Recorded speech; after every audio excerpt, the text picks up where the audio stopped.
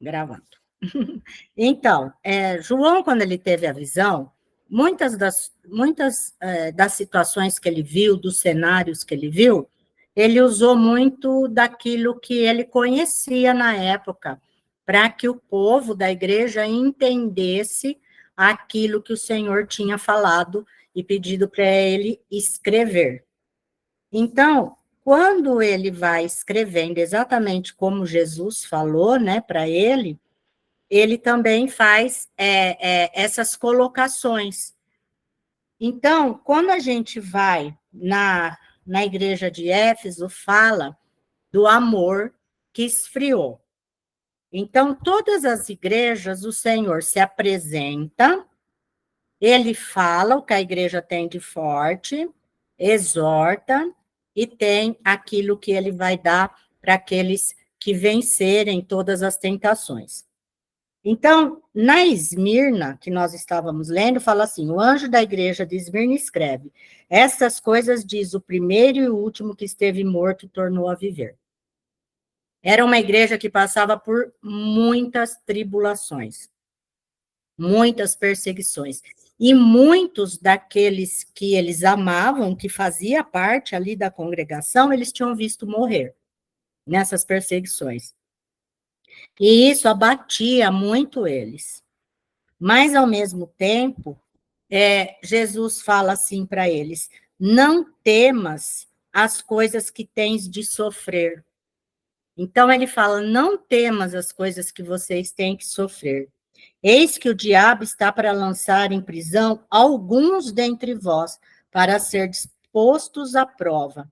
E tereis tribulações de 10 dias. Ser fiel até a morte e dar-te-ei a coroa da vida. Eu acho muito, muito profundo isso, porque o Senhor não nos livra de passarmos por lutas e tribulações.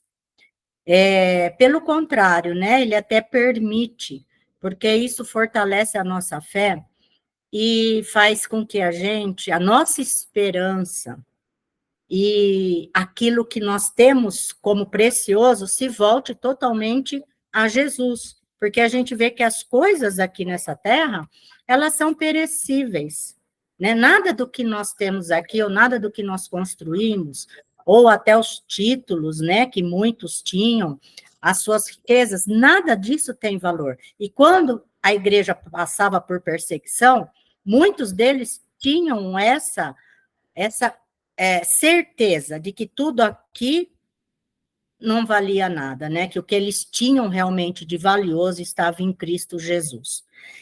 Então, Jesus nunca privou, né? Nunca interferiu, vamos dizer assim, para que eles não sofressem perseguições, para que eles não passassem pela morte. Mas o Senhor fala assim, sede fiel. Independente do que vocês estão sofrendo ou passando, sede fiéis. Porque na dor, nós tomamos duas frentes. Ou a frente da fé, que nos impulsiona para vencermos, porque nós conhecemos e sabemos quem é o Deus que nós temos, ou a gente esmorece.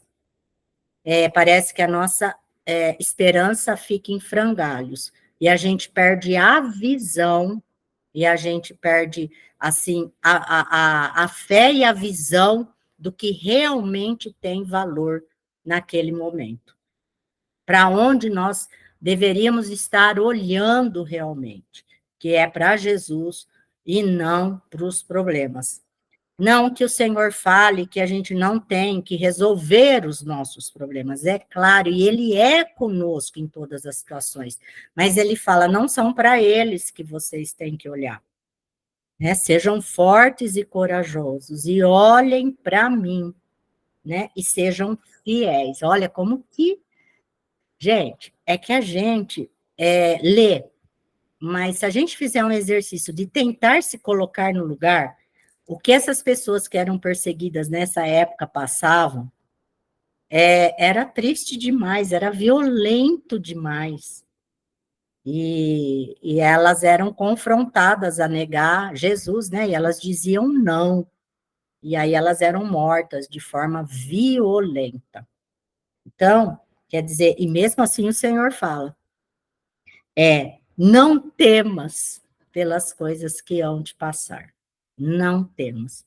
Então, quando a gente lê Apocalipse, e muitas pessoas têm medo de ler, né? Tem medo de saber como vai ser a tribulação, fala, prefiro nem saber, mas tem que saber, porque lá, em algum lugar aqui, depois nós vamos ver, o Senhor fala para a gente não temer que Ele é conosco, em todas as situações, porque nós estamos nesse mundo, e nesse mundo tereis aflições, e nesse mundo nós temos um inimigo terrível, que nos assola com tentações, tem um mundo onde a gente vive que, se a gente não vigiar, a gente cobiça as coisas desse mundo e a gente começa a achar que para ser feliz nós temos que ter realmente as coisas desse mundo, o que esse mundo oferece, e a nossa própria carne, né? Que é aquilo que a gente carrega de emoções, de traumas, de aprendizado, de tudo aquilo que a gente lê, de tudo aquilo que a gente absorve, né? Que muitas vezes se volta contra nós e contra a nossa fé.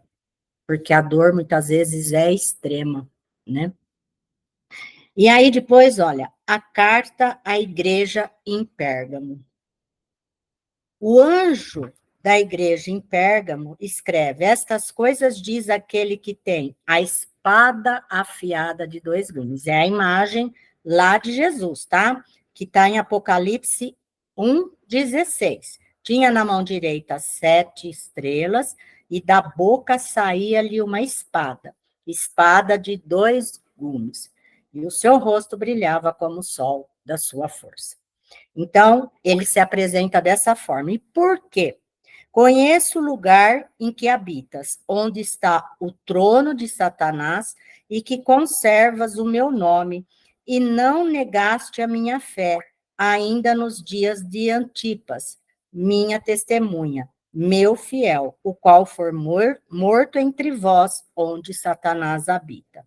Tenho, todavia, contra ti algumas coisas, pois que tens aí os que sustentam a doutrina de Balaão, o qual ensinava Balaque a armar ciladas diante dos filhos de Israel para comerem coisas sacrificadas aos ídolos e praticarem a prostituição.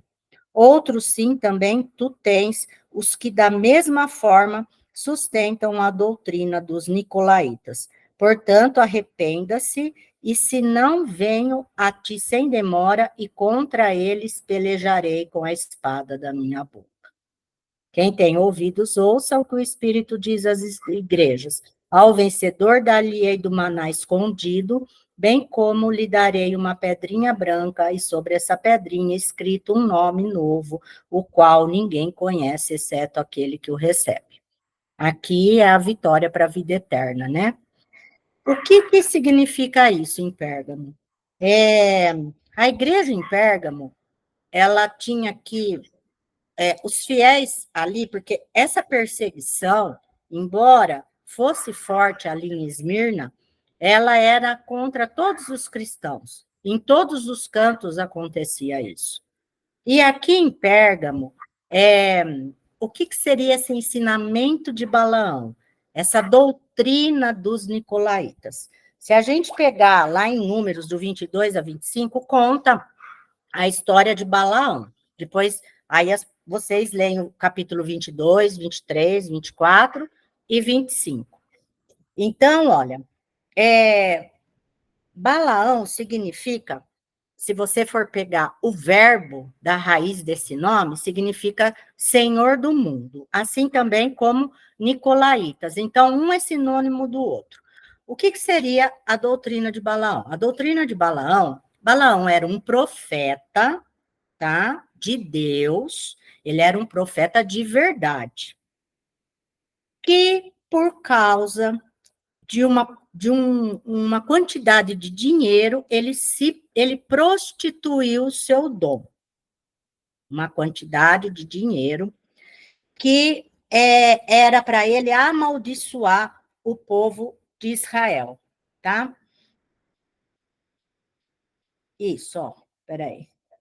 Deixa eu só ver se tem a passagem exata. Eu não anotei entre os capítulos aonde que está exatamente, tá? Mas o rei pediu, Balaque, na época, pediu para que ele amaldiçoasse o povo de Israel, porque o povo de Israel era forte e Balaque queria dominar Israel.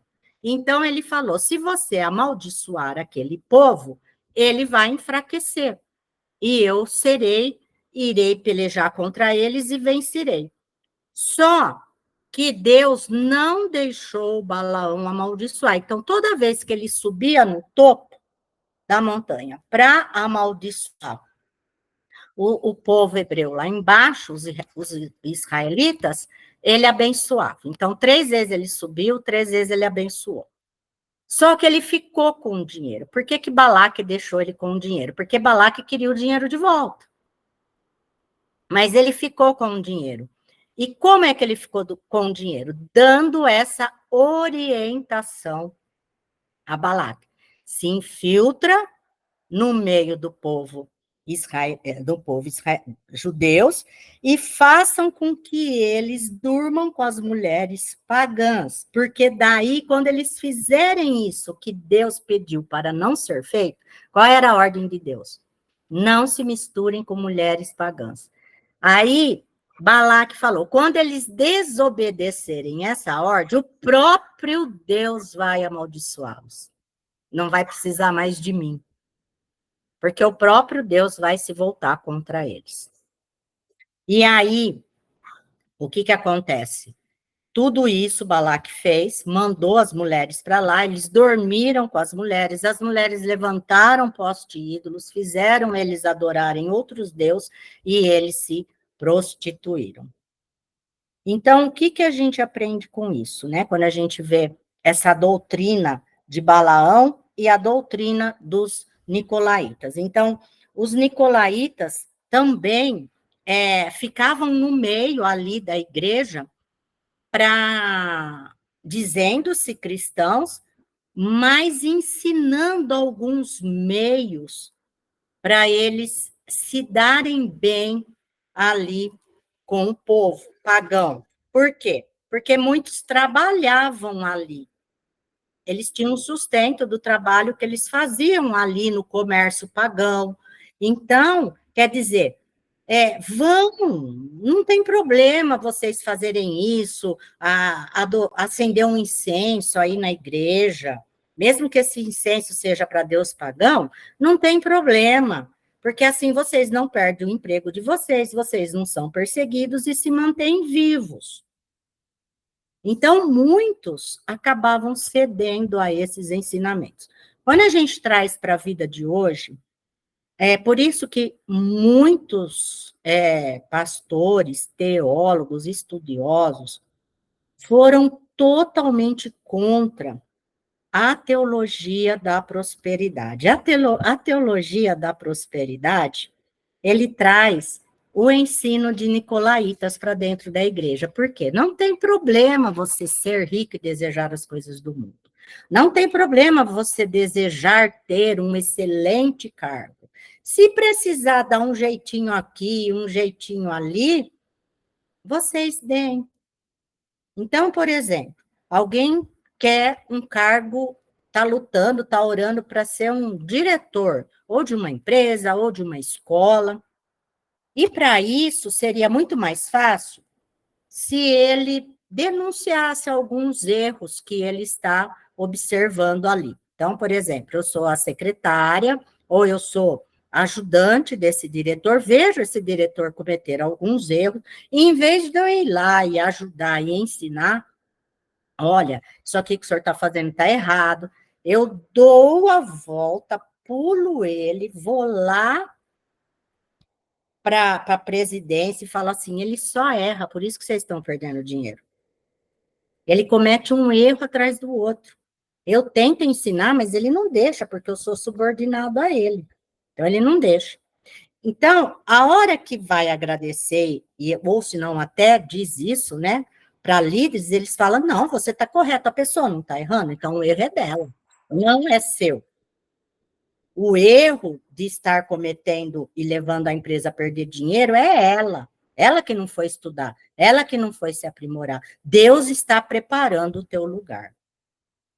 Então, as pessoas passam por cima do que é moral, do que é certo, e do qual ele foi colocado ali para fazer.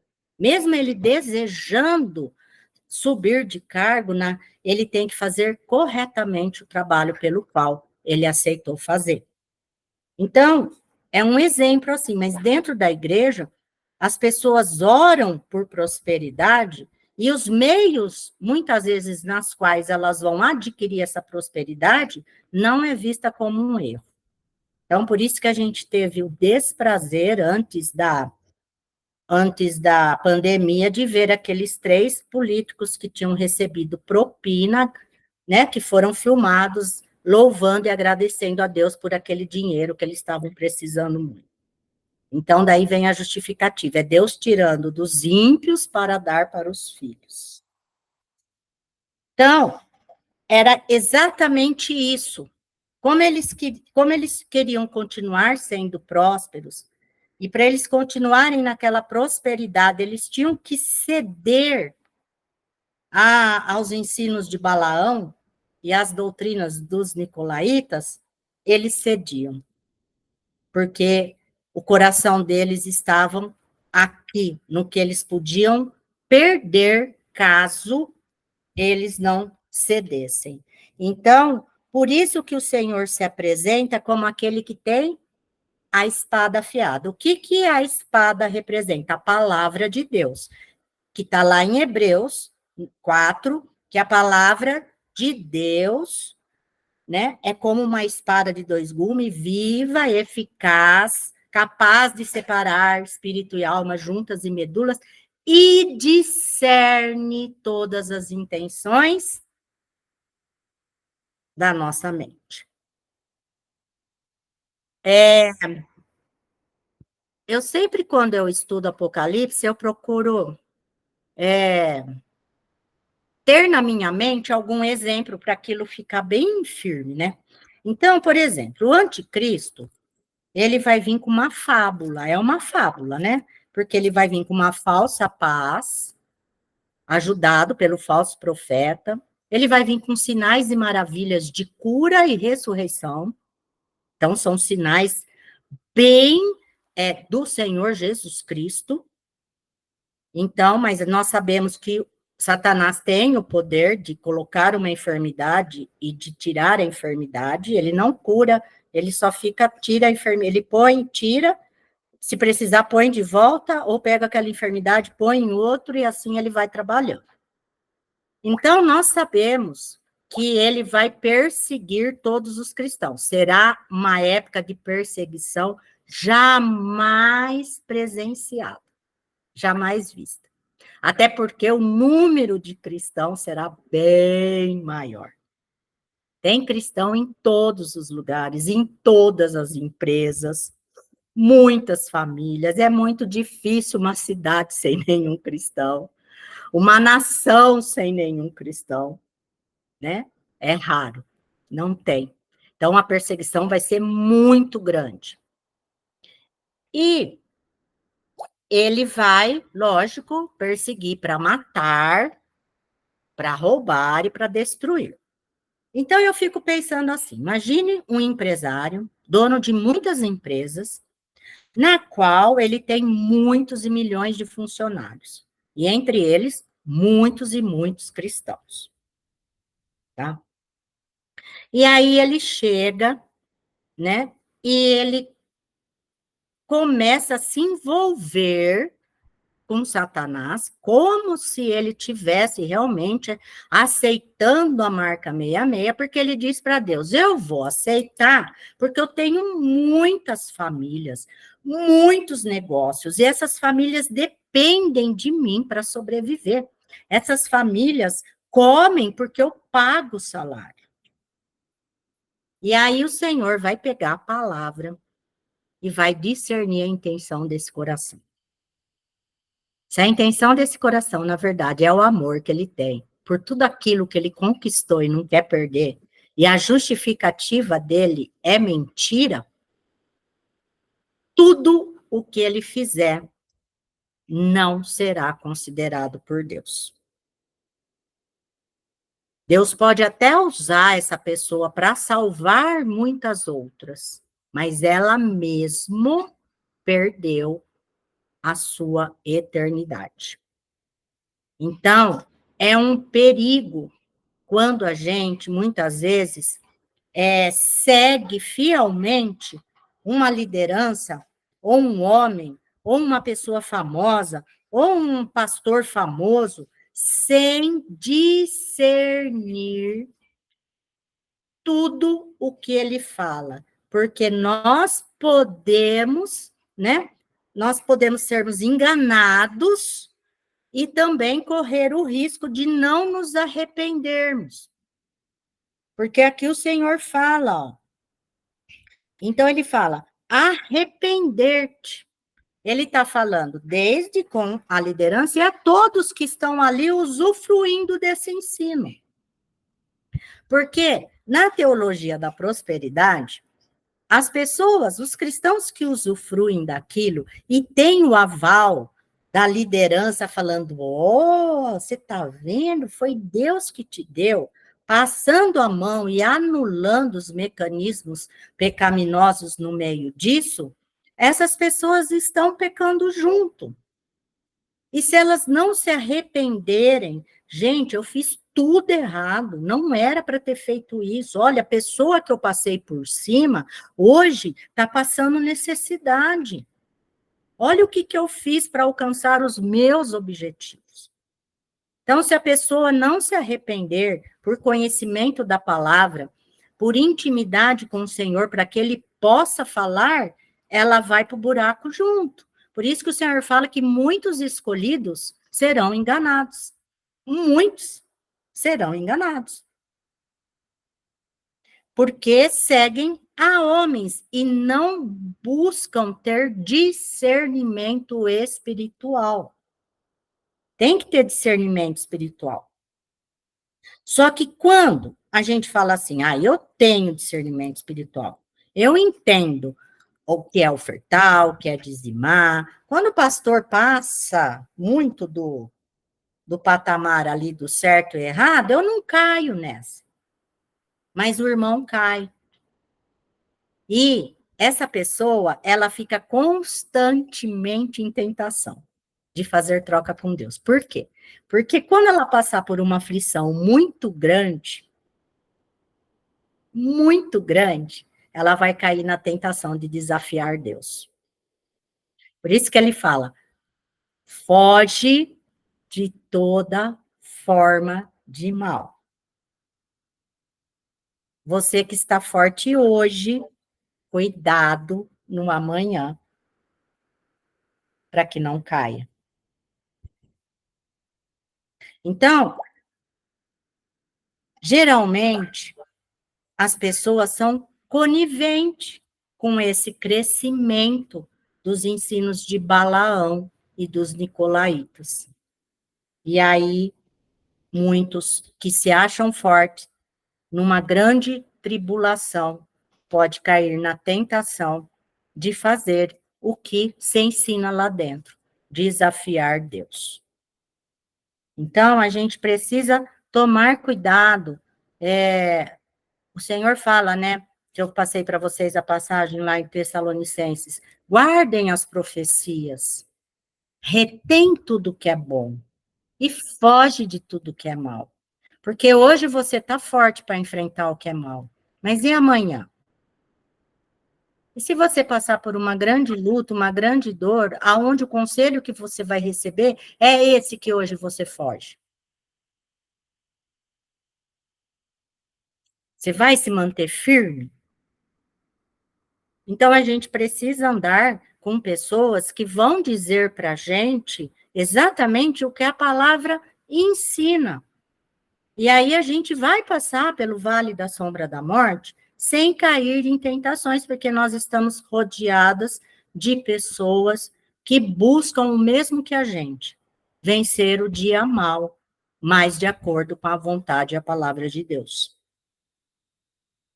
Amém? Então, a gente precisa discernir. Por isso que ele dá esse recado para Pérgamo. Cuidado, vocês que estão aí, se arrependam, né, do que vocês estão fazendo, porque daí sim vocês ganharão a coroa da vida. Aí a gente pergunta, se o Senhor dá todos esses alertas aqui e fala, então a gente pode perder a salvação? Só perde a salvação, nem perde, né? Aqueles que não andam com Deus, não são do Senhor, não são filhos, porque o filho ouve a voz do Pai. O filho dificilmente cai nessas armadilhas e permanece nelas. O filho escuta Deus falando, foge de toda forma de mal. E se ele caiu em alguma tentação, arrependa-te. Volte-se para mim. Ele faz de tudo para que a gente possa permanecer na presença dele. Mas para isso eu tenho que manter o Espírito Santo bem acordado e avivado dentro de mim. Como é que eu mantenho? Com conhecimento bíblico, orando sem cessar, guardando as profecias, regozijando sempre. A alegria é muito importante, né? Tanto que está no fruto do Espírito, né? Porque a alegria mantém a esperança. Por isso que é amor, paz e alegria. São os 3 primeiros gominhos. A alegria nos mantém cheios de esperança, mesmo diante da dor. E é uma alegria que vem do Espírito Santo, por isso que é o fruto do Espírito. É uma alegria da certeza que nós não estamos lutando em vão, que nós não estamos lutando para perder, que nós não estamos lutando sem ter o apoio de Deus. Jamais. Então, a gente tem uma alegria, né? Mesmo que aparentemente pareça derrota, por exemplo, diante de uma enfermidade, com um diagnóstico de fim, né? Mesmo diante desse prognóstico, a pessoa, sabe, eu não estou lutando em vão. Eu não estou sozinha nessa luta. E a vontade de Deus está acima da minha, porque é infinitamente melhor que a minha. Então, se vier qualquer tentação nesse meio, até dela procurar outros meios para alcançar essa cura, ela vai fugir dessa forma de mal. Ela não vai aceitar qualquer outra forma que não venha do próprio Deus. Então, isso é muito importante a gente buscar discernimento espiritual. Discernimento espiritual não é só discernimento para saber que uma pessoa está endemoniada e que ali ela precisa orar para que aquele demônio seja expulso daquela pessoa. Discernimento espiritual é a gente discernir o que é de Deus e o que não é, nas pessoas, no lugar onde eu frequento, na família, no meu trabalho, na igreja, se eu dou aconselhamento, na escola, em todos os lugares eu tenho que discernir. E junto com o discernimento, buscar sabedoria para lidar com aquela situação. Porque Deus não vai olhar para nós e falar, ai, tadinho, também olha o lugar que você trabalha. Não tem como você só fazer a coisa que eu peço. Ele não tem dó, Deus não tem dó, Deus tem misericórdia. Ele nos ama de uma forma grandiosa, sem mesmo nós merecermos. A graça é isso, né? É amar a gente sem a gente merecer. É nos dar aquilo que é santo, né? Que a Roberta também pregou ontem. Dar aquilo que é santo num vaso de barro. Nós não merecíamos ser o local aonde esse santo vive. Até porque nós não conseguimos ser santo na palavra santa que Deus é. Nós estamos caminhando em santidade, conhecendo a palavra e tentando fugir de toda forma de mal, vestidos com a armadura de Deus.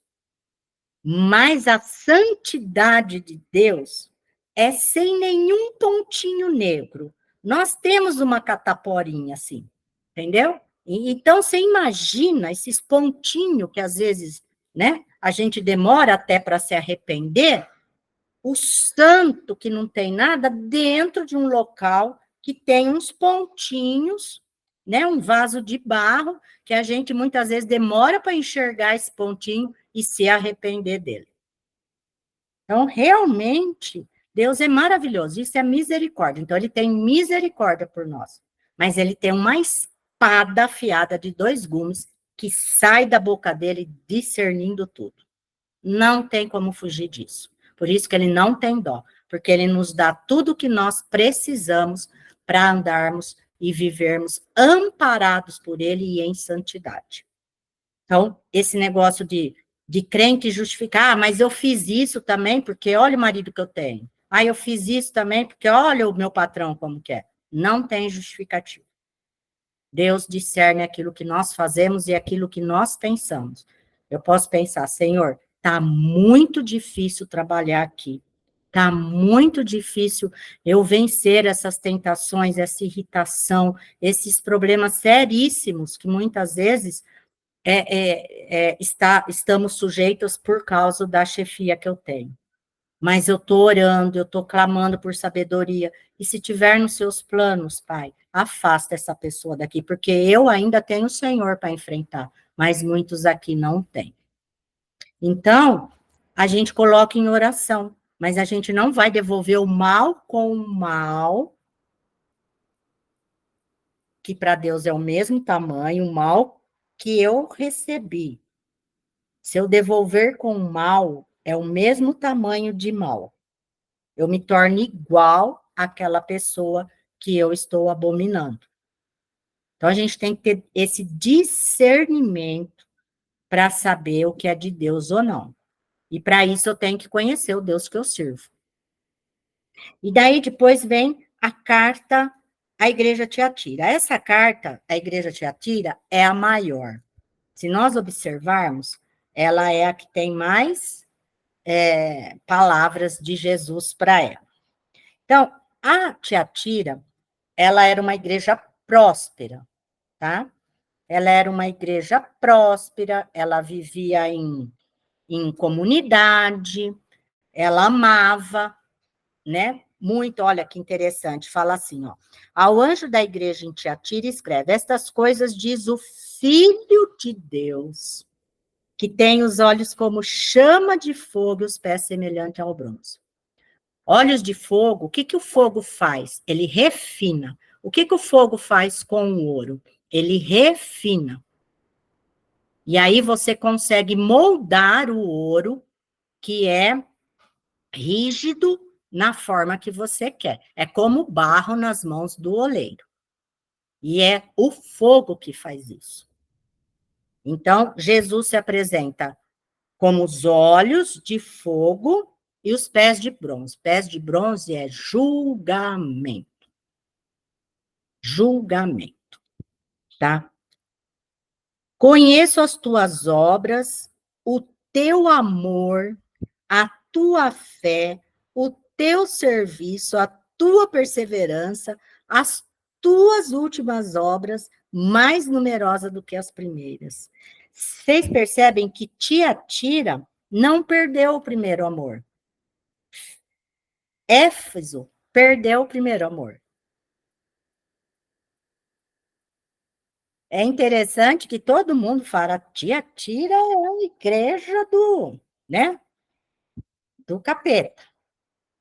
Só que olha o que o Senhor fala.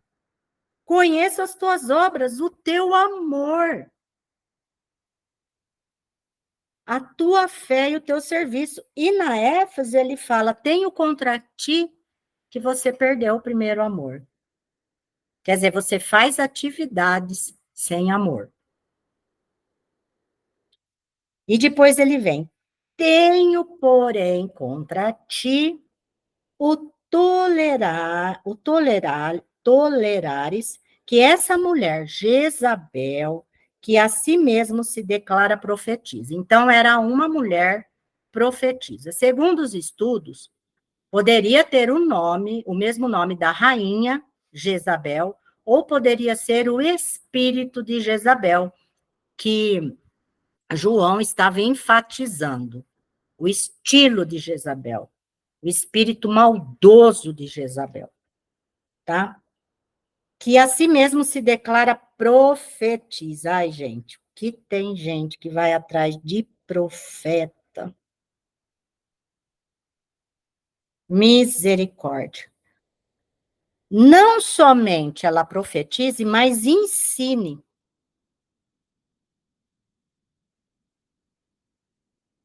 tá?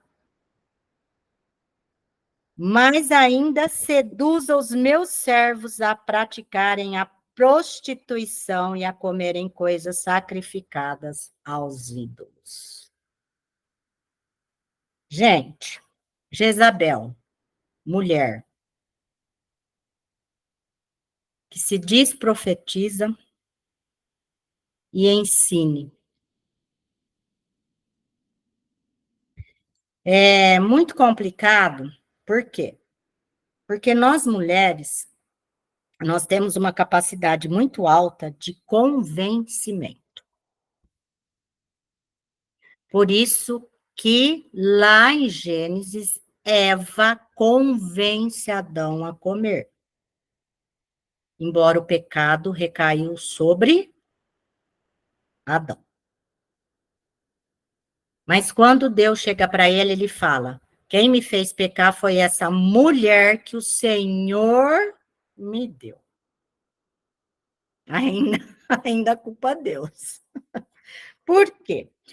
Qual era o estilo de Jezabel? Vamos pensar na rainha Jezabel. A rainha Jezabel era uma pessoa maldosa, uma pessoa que queria matar os profetas de Deus, e ela servia literalmente a Satanás, porque ela tinha vários profetas de Baal que davam a direção do que ela devia fazer ou não. Então, ela consultava os profetas de Baal. Logo, ela levou muitos ali do povo de Deus a se prostituírem, tá?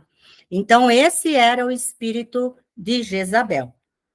Ela tinha tanto poder, que até politicamente ela influenciava.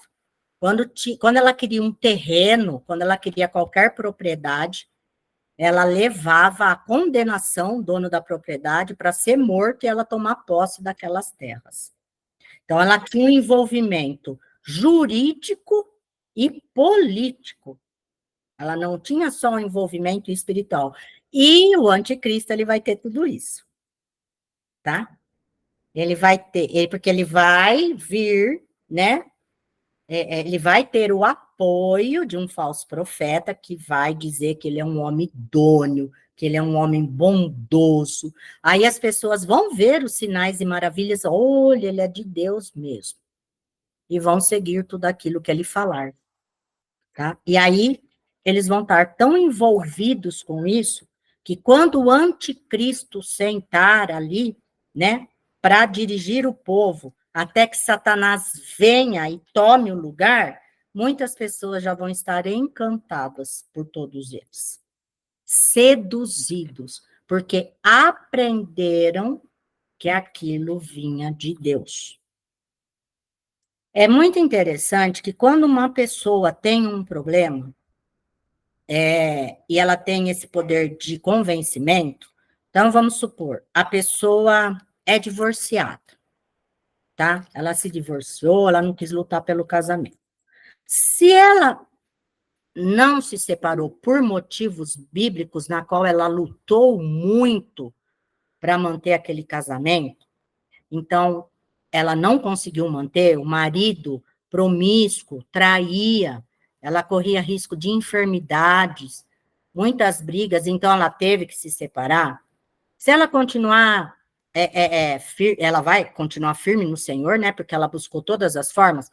Se um dia alguém chegar para ela e falar que conselho ela teria, se ela teria que separar ou não, essa mulher, ela está apta a dar o conselho, porque ela vai falar que é muito sofrido esse processo. E ela vai ensinar os jovens a escolherem bem o seu marido e a sua esposa.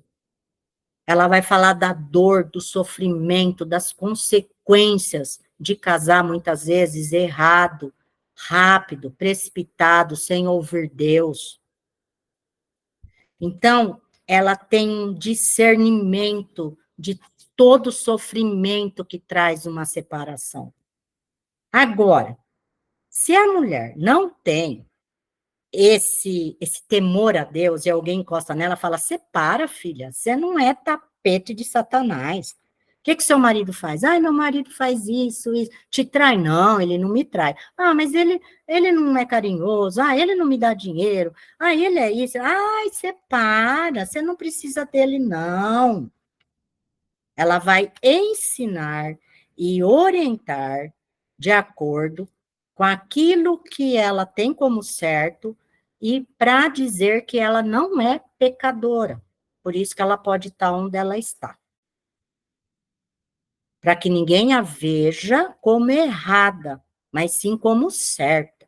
E ainda quando dá o testemunho, quando ensina, ainda nós. Ela vai lá para a mais difícil situação dela para justificar o comportamento dela. Então, tem muitas mulheres hoje que são pastoras de igreja sem o marido não é a favor daquilo, o marido não queria que ela estivesse ali ensinando e falando, né? O marido não queria ter igreja, eles vivem muitas vezes discutindo, brigando, ou se não, passivamente o marido deixa o papel dele de ser o homem da casa, e essa mulher sobe no púlpito para ensinar, estando totalmente fora das bênçãos de Deus. Então, a tendência, como é que essa mulher vai aconselhar quando uma família está invertida? Quando alguém chega para ela e fala: meu marido, não dá. Eu tenho que tomar as rédeas. Aí ela vai e fala: o Senhor te levantou para isso. O Senhor te levantou para tomar as rédeas. O Senhor é contigo como Ele é comigo. Olha como que o Senhor é comigo. Olha o tamanho da igreja. Olha quantas pessoas tem aqui. Olha o templo, olha o ar-condicionado, olha as cadeiras. Você acha que se o Senhor não estivesse comigo, eu teria tudo isso? O Senhor levanta mulheres fortes, porque os homens estão fracos.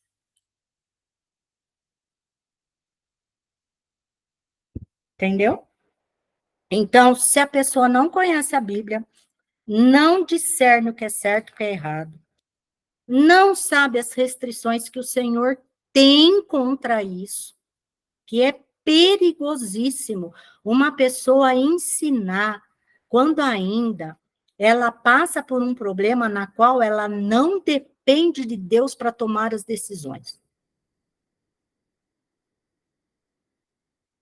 Tem muitas pessoas que vinham às vezes me procurar: Ana, eu fui chamada para evangelizar, Nosso pastor quer porque eu falo bem, porque é isso, porque é aquilo. Eu falei: você está numa vida dificílima com o seu marido, como que está a sua situação? Ah, eu já estou nem ligando, a gente briga, a gente discute. Eu falei: e você vai sair da sua casa para evangelizar debaixo dessa desobediência, dessa contenda, de toda essa desestrutura familiar que você está vivendo? O diabo vai fazer festa.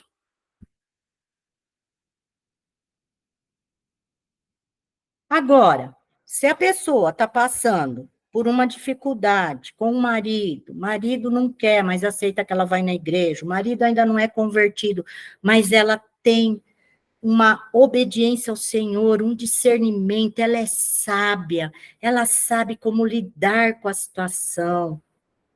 O marido vê nela a presença de Jesus, embora não queira ainda para ele.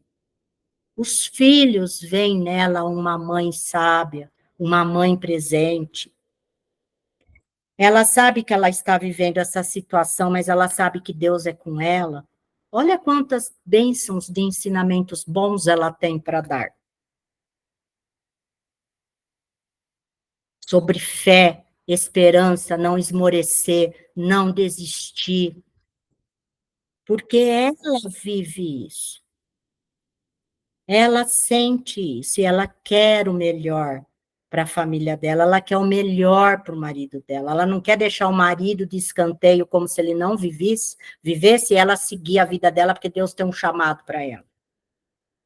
Tem chamados para missionárias que elas largam literalmente o marido e vão viver quase um ano fora do Brasil. Eu falo, mas que chamada é esse? É de Deus, é de Deus. Eu senti, eu pulei, o Espírito Santo pegou fogo, o irmão me entregou a palavra e foi uma. Nossa, eu cheguei em casa vermelha, cheguei em casa cheia de fogo. Falei, gente, que fogo é esse? Só se for fogo para você sair do Brasil. Você está com fogo para ir embora. Agora, de Deus? Como assim? Entendeu? Então, quando a gente não tem discernimento, a gente aceita muitas coisas erradas. A gente aceita para a vida nossa muitas coisas erradas. A gente lutando para não aceitar, quando a gente enxerga que a gente foi tolas em muitas situações, dói profundamente. Mas dói porque você fala, Senhor do céu, em algum momento eu deixei de te ouvir. Como é que eu pude aceitar isso? Agora, né? Imagine se você está na igreja de qualquer jeito. Se você está vivendo a vida de qualquer jeito, de culto em culto. Ah, o pastor falou para eu não cortar cabelo. Se eu não cortar, eu vou viver eternamente com Jesus. Ah, o pastor falou para não ter televisão. Televisão é do diabo, então eu tô santa. Maldito que tem televisão. Ah, o senhor está vendendo lencinho ungido a R$ 1.000. Se eu comprar esse lencinho, tudo aquilo que eu estou pedindo para o senhor, eu vou receber. Gente, e vendem. E vende lencinho, e vende vassoura, e vende vela, e vende a água do Jordão, que não é água do Jordão, e vende terra, e vende barro, e vende, e o povo comprando. Então, é isso que o Senhor está discernindo. Por que que você está comprando lenço? Por que que você está comprando Rio do Jordão? Aonde está na Bíblia que é isso que te cura, que é isso que te salva?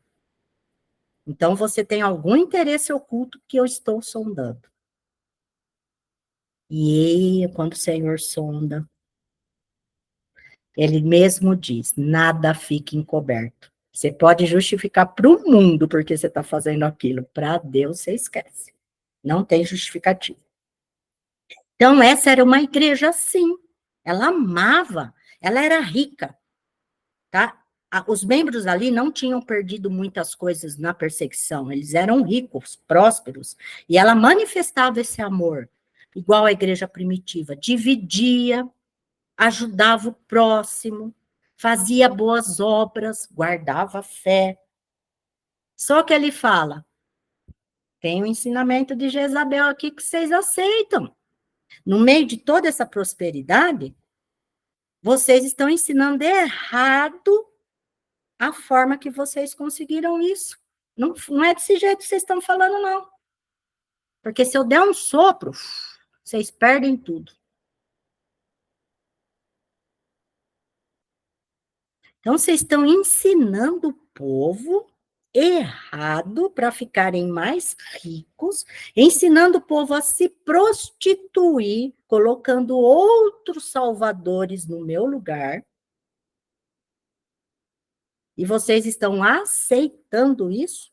Vocês não estão combatendo porque tá bom para vocês terem que parar de ajudar o irmão porque ele também já ficou rico? Vocês não têm mais que dividir, vocês não têm mais que dar do dinheiro de vocês, não tem mais ninguém pobre na igreja. Olha que bom. Só que vocês estão permitindo ensinos errados, estão permitindo que outros se prostituem para benefício de vocês mesmos. E aí ele fala assim, olha como é sério isso, gente. Como é sério a gente participar de lugares que nós estamos vendo nitidamente a liderança corromper os irmãos, levando eles a se prostituírem. Olha o que o Senhor fala, no 21. Dei-lhe tempo para que se arrependesse, dei-lhe tempo. Olha como que o Senhor é misericordioso. Por isso que eu falo para vocês, o Senhor é misericordioso, ele não tem dó. Dei-lhe tempo para que se arrependesse. Ela, todavia, não quer arrepender-se da sua prostituição. Então, essa mulher que está ensinando errado, que está levando o povo a se prostituir, ela está recebendo benefícios com isso. Muitos benefícios. E ela não quer se arrepender.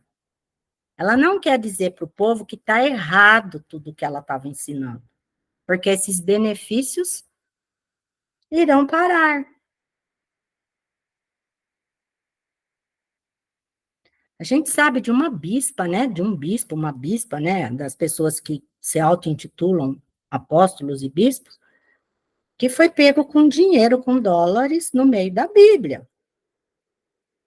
O Senhor trouxe à luz uma igreja assim. E depois veio à luz as pessoas que diziam que davam muito, muito para ela e para o marido dela. Muito dinheiro, muitos recursos. Por causa do ensinamento dela de honra, né? Honra, tem que honrar, porque eu sou a cobertura de vocês, não é Jesus, sou eu, entendeu? De honra, de prosperidade, porque ela orava, ela ensinava errado sobre prosperidade. Então, as pessoas adquiriam prosperidade, dividiam muitas vezes com ela, não com os pobres da igreja, porque todo mundo tinha condição de buscar a mesma coisa. E aí deu no que deu. Quando o Senhor trouxe a luz, foi um escândalo.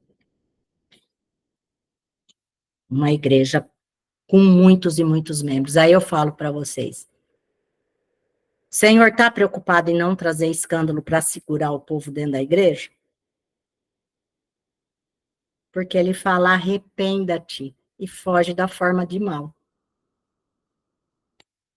Ele não tem preocupação com escândalo, ele traz a luz e a igreja forte que segure o rombo que essa prostituta criou.